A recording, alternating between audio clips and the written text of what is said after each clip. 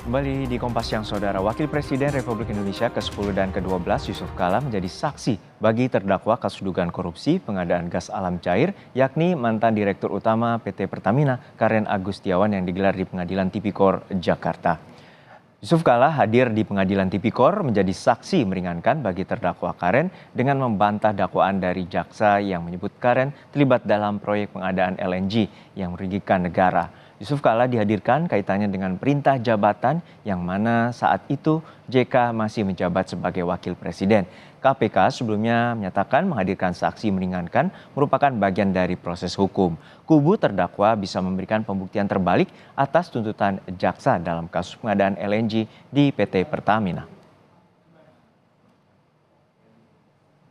Sebelumnya mantan Dirut Pertamina Karen Agustiawan didakwa merugikan negara sebesar 113,84 juta dolar Amerika Serikat atau setara 1,77 triliun rupiah terkait dugaan korupsi pengadaan LNG di Pertamina tahun 2011 hingga 2014. Karen diduga memberikan persetujuan pengembangan bisnis gas pada beberapa kilang LNG potensial di Amerika Serikat tanpa pedoman pengadaan yang jelas. Ia hanya memberikan izin prinsip tanpa dasar justifikasi, analisis teknis dan ekonomi, serta analisis risiko.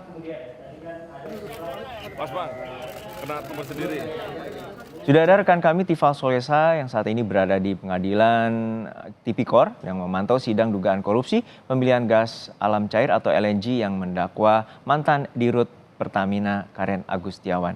Tifal, hingga saat ini apa saja penjelasan yang telah diberikan oleh JK saat pembelian gas alam cair atau LNG oleh Pertamina yang diduga dikorupsi?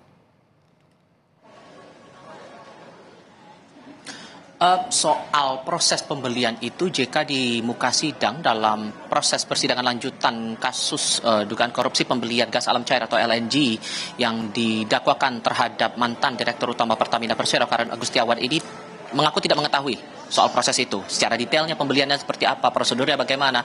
Namun yang bisa dipastikan di sini bahwa untuk aspek kebijakan energi yang diambil oleh pemerintah saat ia menjabat sebagai Wakil Presiden Republik Indonesia di saat Karen ini menjabat sebagai Direktur Utama PT Pertamina Persero, ini sudah dikeluarkan dalam dua bentuk peraturan, yakni dalam bentuk peraturan Presiden dan juga instruksi Presiden yang pada hakikatnya tidak memberikan batasan kepada PT Pertamina Persero untuk melakukan pembelian sejumlah pembelian gas alam cair, terutama spesifiknya begitu, LNG, liquefied natural gas, untuk kebutuhan nasional. Tidak terbatas pada pembelian di dalam negeri, tapi juga Pertamina diberikan kelonggaran atau keleluasan untuk memenuhi stok gas alam cair ini dari luar negeri. Itu hal yang ditegaskan oleh JK dalam proses sidang hari ini. Saat tadi ditanya oleh penasihat hukum Karen Agustiawan, Luhut Pangaribuan, ia menjelaskan soal proses dari terbentuknya dua peraturan itu tadi, peraturan Presiden dan juga instruksi Presiden tentang kebijakan energi nasional, yang pada hakikatnya ini didasarkan pada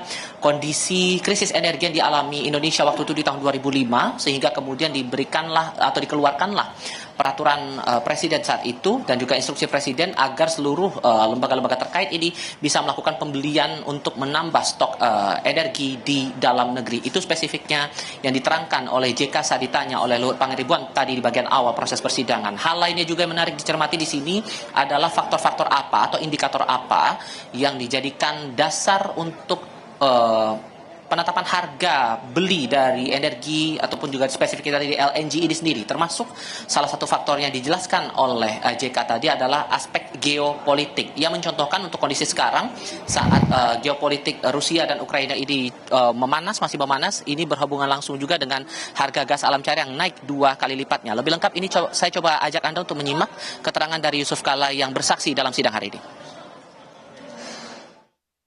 Energi, khususnya gas, itu sangat dipengaruhi pertama oleh tingkat produksi gas di dunia ini. Kedua, oleh geopolitik. Ketiga, ditentukan oleh iklim.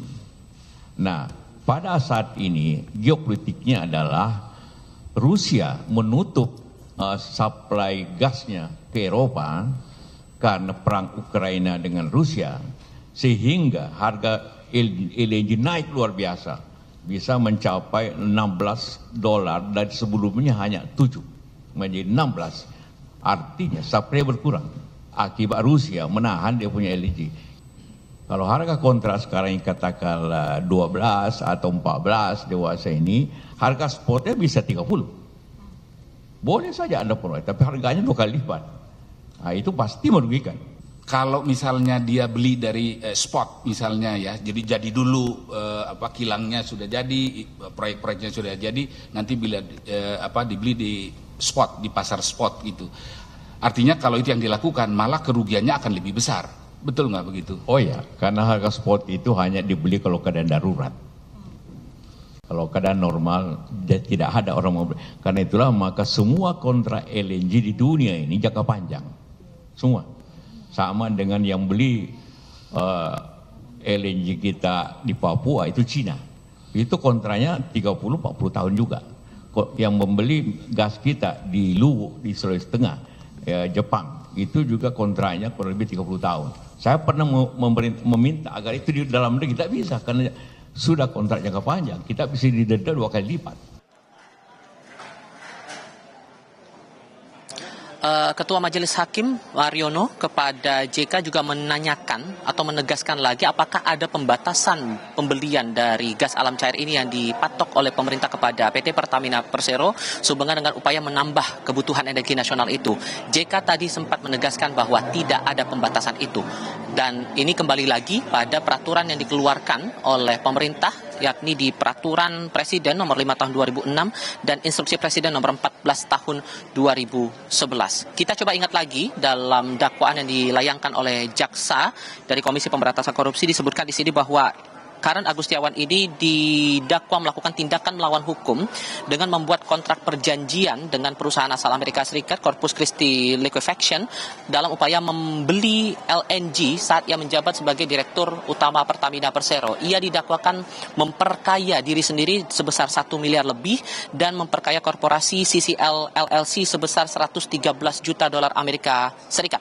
Itu yang didakwakan oleh jaksa dari Komisi Pemberantasan Korupsi. Sementara dari pihak terdakwa, Karen menegaskan sebelumnya bahkan saat proses atau pengusutan kasus ini masih di ranah KPK bahwa seluruh aksi korporasi yang dilakukan oleh Karen saat menjabat sebagai Direktur Utama kala itu tidak berdasarkan pada aksi pribadi, melainkan ini sudah mendapatkan keputusan ataupun juga keputusan secara kolektif kolegial di jajaran direksi PT Pertamina Persero dan sudah dibawa ke dalam rapat umum pemegang saham atau RUPS, dan disebutkan juga bahwa tidak ada langkah-langkah yang melawan hukum dilakukan saat upaya pembelian LNG atau gas alam cair ini dilakukan saat ia menjabat sebagai Direktur Utama PT Pertamina Persero. Jodoh. Baik, terima kasih atas laporan lengkap Anda, Jurnalis Kompas TV, Tifal Soesa dari Pengadilan Tipikor Jakarta.